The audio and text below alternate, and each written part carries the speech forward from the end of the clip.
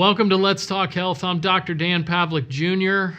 This is a show based on a lot of people that are affiliated with the healthcare industry from the alternative world into the traditional medical world. I want to dive right in. We have a really interesting guest on the show today by the name of Jevon Damadian. And if you aren't familiar with the name Damadian, that is the family that helped create the technology of the MRI imaging that we have today. And he's going to take us through some of the history of his father and how they have played such an integral part in healthcare today. So let me go ahead and introduce Jevon Damadian, who works for Phonar and Stand-Up MRI companies. Welcome to the show. We appreciate you being on. I know you're a busy man and you probably have a lot going on, but we appreciate what you're going to tell us today about your family. Well, thank you for having me on, and I really would like to make sure that I keep doing my best to tell this story until it gets told properly. But I've been in this business since I was a kid. I don't know, very young when I first heard the words nuclear magnetic resonance mentioned. I ended up working in the field as a electronics technologist for a lot of years, and then I got an electrical engineering degree, and then I worked my way up through his company for another bunch of years, and then I was vice president of R&D for about 5 years, and then I moved into operations for another 10 years. And then after that, I went and ran MRI centers because that was a good way for the company to, have. Oddly enough, that's a good source of cash flow when you're in this business, and capital equipment. Trying to sell MRI scanners is very expensive because they're not cheap. Yeah, so you were there from the beginning, and as a kid, you were watching some of this technology develop. And I can't even imagine what that was like. I mean, your father was a doctor, and he what was his specialty? What did he specialize in as a physician, as a doctor? So he was a medical doctor. He actually graduated and went to college when he was 15. He was a smart guy, and so he started college when he was 15, and he was an MD by the time he was 21, and he didn't want to just be a doctor. He decided that he wanted to be a research doctor, so he went directly into research. So he never had he never saw patients like that or anything like that. He went directly into research. Okay. Early on. And he started to want to research a cure for cancer. That's why he was doing what he did right out of the gate when he was in his 20s. And so when I was about, in 1969, that's when he first had his initial discovery, and he at that point he discovered this little machine. It was called a nuclear magnetic resonance spectrometer, which is the predecessor for the magnetic resonance imager. It was the same technology, but just in something about the size of a something that would fit on a coffee table. You have a picture of that too. You just have to. I can let's see if I can. Hold on. So do you see that? Yeah. So it was this little thing. It was about the size of I have it like a that's just for a coffee cup, just to give you the idea of what the size of this thing was. And it was a tiny little test tube, and you could put things in this test tube, and it would tell you the chemistry of whatever was in there. And chemists had been using it since they won a Nobel Prize for this in 1952, just to look at, chemical solutions and see what the chemistry was of the substance they put in this tiny little tube. He came along in 1969 and he said, let's use human tissue. Let's use organic tissue instead. And let's put cancerous tissue in, and then put normal tissue of the same organ, happened to be a liver, of a mouse, and he put them in and he compared them, and they were significantly different. And from that, he said, he came home and he told my mom, he said, honey, I'm going to build a machine that does this, but it's going to be the size of this. It's going to be a room-sized machine, and I'm going to jump inside it, and I'm going to look for cancer. And so that's what happened. And so real quick to interrupt you, when he comes up with that idea, right? I'm going to build one the size of this room. Like, when he presented that to people, were they all on board, or did he get laughed at because of that? Like, how did that work? How did that go about? So, no, at first everybody thought he was nuts. Here, there's another slide here. I'll show you. I'm trying to throw this stuff together. I've been working on this for a little while, but yeah, no worries. Hold on. Yeah. So here. Yeah. So. So everybody thought he was a little nuts, and then he comes up with some of this stuff. There's a child's book about it, and that's him telling somebody, all his physicist friends, and they're all laughing at him, and they did for a while. Not just his friends, but all of the establishment intelligentsia all thought that he was nuts for quite a while. All right. So he started working on it, and how many, how long does this take? Does this technology take to start to try to develop? I mean, what does he have to go through to do this stuff? So what I'm showing here now, this is his original suggestion in September 17th, 1969, where he says, I'll make every effort myself through collaborators to establish that all tumors can be recognized by their potassium relaxation times or H2O proton spectra. So this is his initial suggestion in publication to the world, and that's in 1969. And I was about 3 years old when this happened. So, from my perspective, that's the first time I'm learning, run, spot, run, and CAT is cat.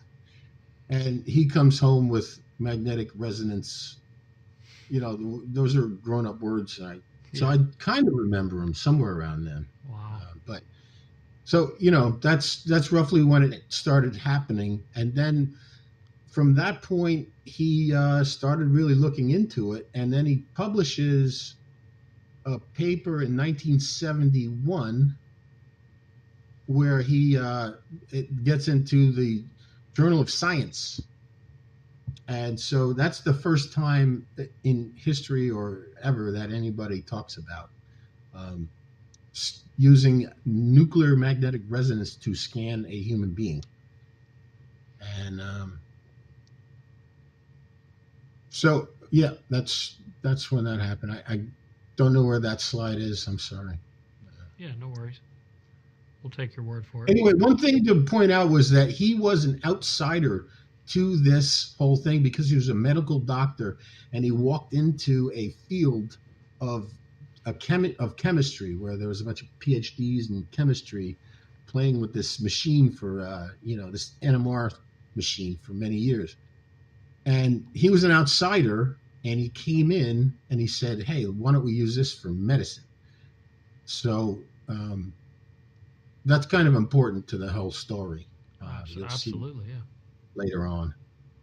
But So then, you know, obviously you can continue on kind of where I interrupted you before. You were going to talk about, you know, how obviously creating a device to scan human tissue, but it was initially meant for cancer, correct? For finding cancers.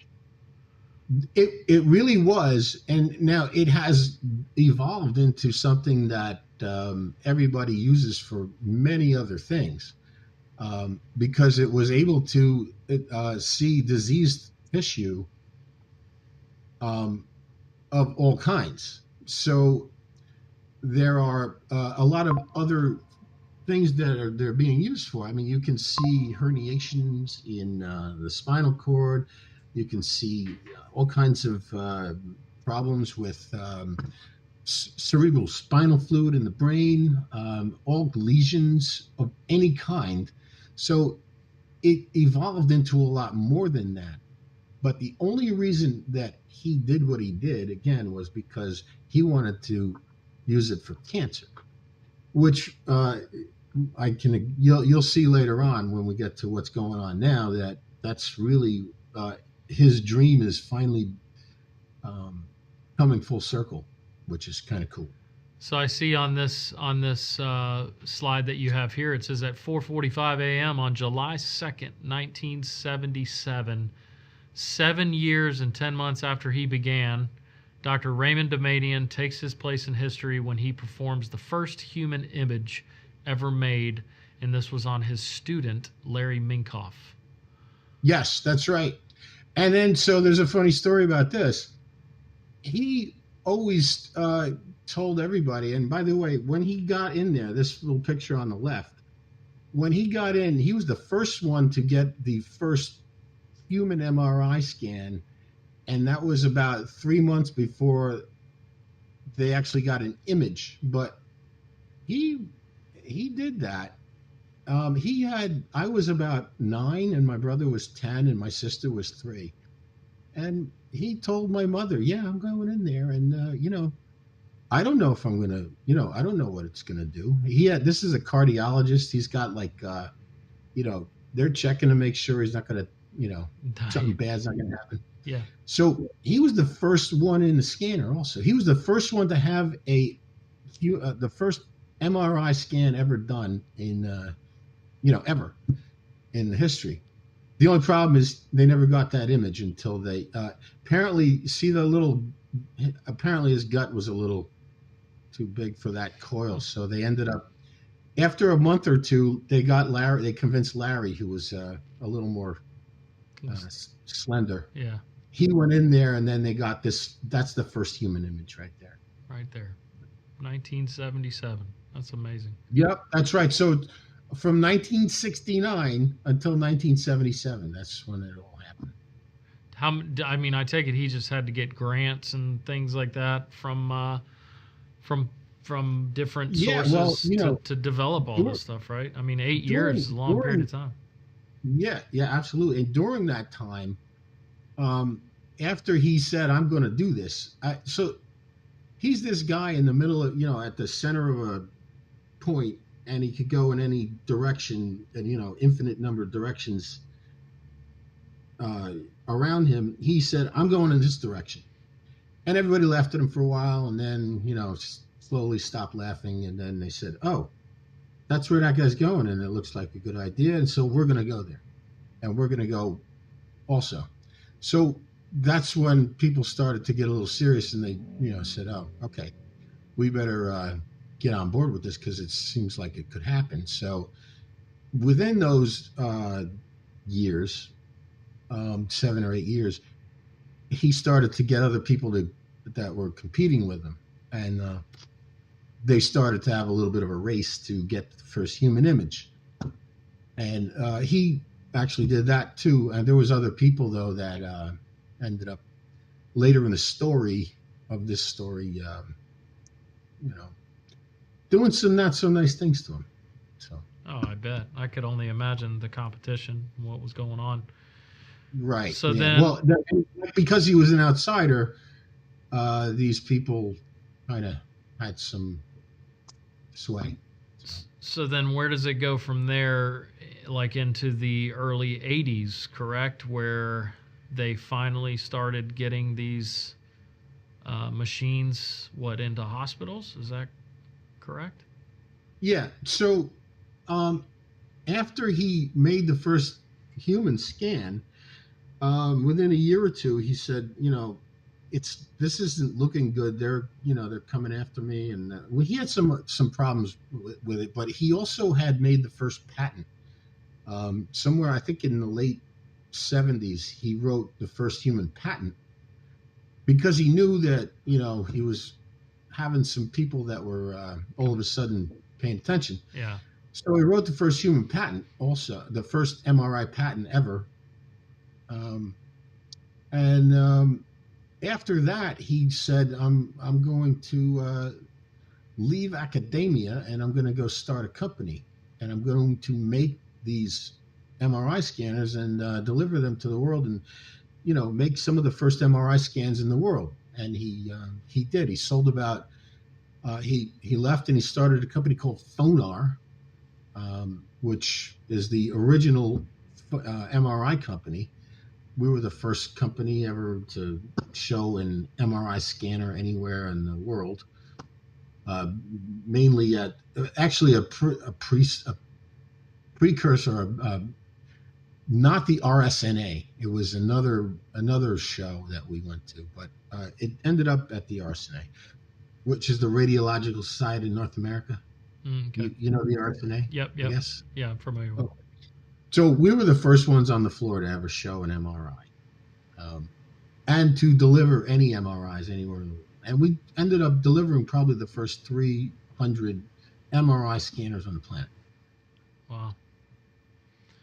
So what then was, as you guys were starting to develop this technology, was it hospital based only, or were you guys in standalone facilities like you are now? Both. At first, yeah, the hospitals were very interested.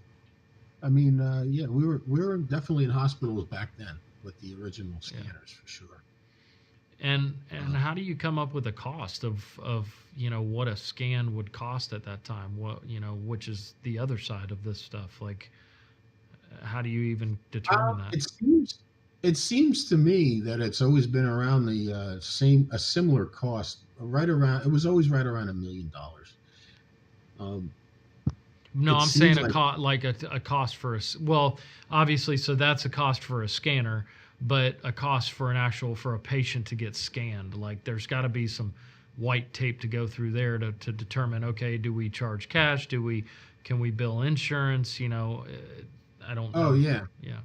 Well, I mean, originally it was a little more expensive, but people were able to, see things that they couldn't see before, so they were, you know, willing to spend the money. But at first, it was not, covered by insurance. It went through the whole process. Yeah, they have to do enough Started out research. Yeah. similar to what's going on with the AI today, with the screening today. But as they saw, it was more accurate than the CAT scans and X-rays. I mean, originally we had a lot of issues that we had to compete with CAT scans and X-rays because we were more accurate, but we're also safer because Radiation. MRI, Yeah. a magnet, and it's a transmitter and a receiver. Receivers are completely passive. The transmitter, depending on what kind of power you're putting out, can be an issue. But the magnet, I mean, people wear magnets on their wrists because they heal them. I mean, I don't know. Magnets are not generally.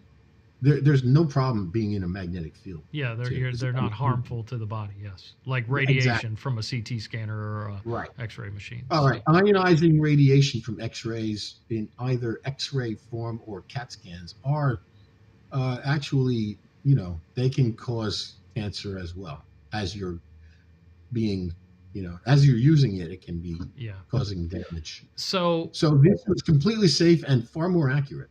so For then, let's get into the conversation about the name for the technology from a standpoint of the imaging quality goes by Teslas. So obviously, there's a lot of confusion. People don't realize that an MRI magnet has been using the name Tesla for a long time.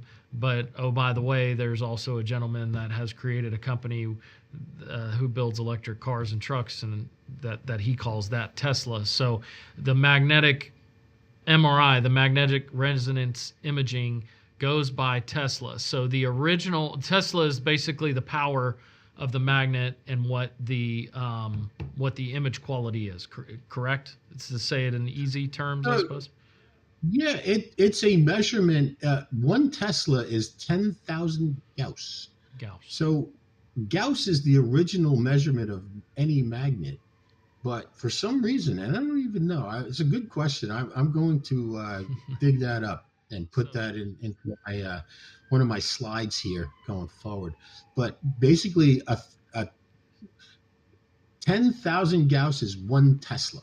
So right now, the state of the art out there is 3 Tesla, which is 30,000 Gauss, which is a very strong magnet. Now, it'll suck a screwdriver right out of your back pocket. I bet. They're very strong. You gotta be careful. It originated, though. What was the original? Was it just like 0.1 Tesla? The original magnet that he made, I think he was shooting for 1,000 Gauss, which would be 0.1, yeah, 0.1 Tesla. Yep. And I don't know if he actually made it to that field strength, but the image that he made, again, was the one that I showed you before. Yeah. It's it's that image, and that image actually took 4 hours, and that's another thing that it's been a situation, a puzzle to solve for since the beginning, is how to make that faster. And immediately it went from 4 hours to half an hour or an hour in the first maybe 10 years. But now getting forward, when we get to it, the AI is just making revolutionary breakthroughs. Yeah, I do want to talk about that. When you get to it, but yeah. Well, okay. Kind of working our way there. Like obviously Tesla is the image strength and the image quality of the magnet. That's pretty much what we all kind of go by now. So you were saying a little while ago in our previous conversation that the AI is cleaning up some of the visibility or the scatter in this. Like how is that working? How is that starting to play? All right, so here the noise reduction. So yeah, noise reduction, and also like pattern recognition, which is like if you look at like satellites, like Google Maps, and now you can like see exactly, you can zoom down and see exactly. That's the pattern recognition of imaging. But the other thing besides pattern recognition, which is also it's getting smarter and smarter with the AI, but the other thing that really is making huge advances is the signal to noise ratio. So here is an image on the left with a low signal to noise ratio, and you can see the noise, right? Mm-hmm. And there's an image in there. There's signal in there, but it's, you can barely see it. But if you start to reduce the noise, the image starts to emerge. The signal starts to emerge. And the more you eliminate the noise, the more the signal pops through. And if it's a tiny signal, which is what it is in the case of an MRI signal, which are these tiny little signals from every little proton, or not every little proton, every 1,000th proton in the body or in anything in matter, you pick up that tiny little signal and you have to discern it from the noise. So here's an image with low signal to noise of a brain. And then if you can see the noise and see that some of the noise might have something of not so completely random, but there's patterns in it. You can eliminate that if you can see that there's any sort of cyclical pattern in it, and then you can get that. So what I put together here, let's see, this is random noise. You see that? Yeah. Okay, so you or me or any normal person look at that and say, yeah, I don't see anything in that at all. It's just completely random. It's just noise. So then we take somebody, really smart and put him in front of that same TV, and he'll start to see patterns here and there that are cyclical. And if he sees something that is repeating, and say, all right, let's get rid of it. So up until now, that's basically what we've been able to do. But now we're starting to be able to get hundreds or thousands of really smart people to look at that same screen of noise and pick out all the patterns and reduce them and get rid of them. To get rid of the noise, you go back to noise is in the denominator. Okay, if you reduce noise, you get the SNR, the signal noise ratio, goes way up. If that goes way up, you do it without raising that Tesla number. Okay, you don't need a strong Tesla. The higher the Tesla, the more money it costs. That's very expensive to increase the Teslas. The smarter way to go is to reduce the noise. So are you saying in the future they don't necessarily need to go to a 4 or a 5 Tesla? It's just a matter of that's right. Increasing the signal to noise ratio. That's right. So instead of spending a bunch of money to raise the signal by increasing the magnetic field strength, you just reduce the noise. And AI is doing it in spades right now. So, and by the way, right now, maybe there's 100 here. There's going to be 1,000 or 1,000,000 Einsteins looking at it. I mean, it keeps learning. So yeah, that's kind of the cool thing about AI. And it's really, like, I always say this, AI is, there's a nefarious side to AI, maybe, like the, Terminator and all that stuff. Yeah. But in medicine, in MRI in particular, it's just revolutionizing the industry. Well, and the positive thing about that is it'll keep the cost down, because if you keep trying to develop these higher tech magnets, it's going to be more expensive. Yes. So it's going to be a cheaper magnet, not so high cost magnet, and it's going to be faster and faster to the point one day where hopefully it'll be as quick as taking a camera picture. Yeah. I mean, right now it takes half hour, 45 minutes. It could be as quick as a minute for the entire scan. But so that's obviously the ultimate goal, is to get it as fast as possible. Now, and you'll I take it in being under your father's legacy of the family that created this technology. I mean, you continue to help work on that type of stuff, correct? I'm doing my best. Yeah. Well, that's awesome, man. That's great. Well, in lieu of time, I don't know if there's anything else that you want to pop up there to show us from a historical standpoint, but all right. So one more thing. Yeah. Or two more pictures. One. Yeah. Or three. One is this is what's happening now. This is screening. This is coming out now, which is something this is a dream of his from day one, and now it's kind of become a reality. You can do a full body screen in about 30 minutes, and you can pick up a cancer nodule the size of a pea, the size of your the tip of your pinky, and scoop it out before it can metastasize and basically spread throughout the rest of your body and kill you.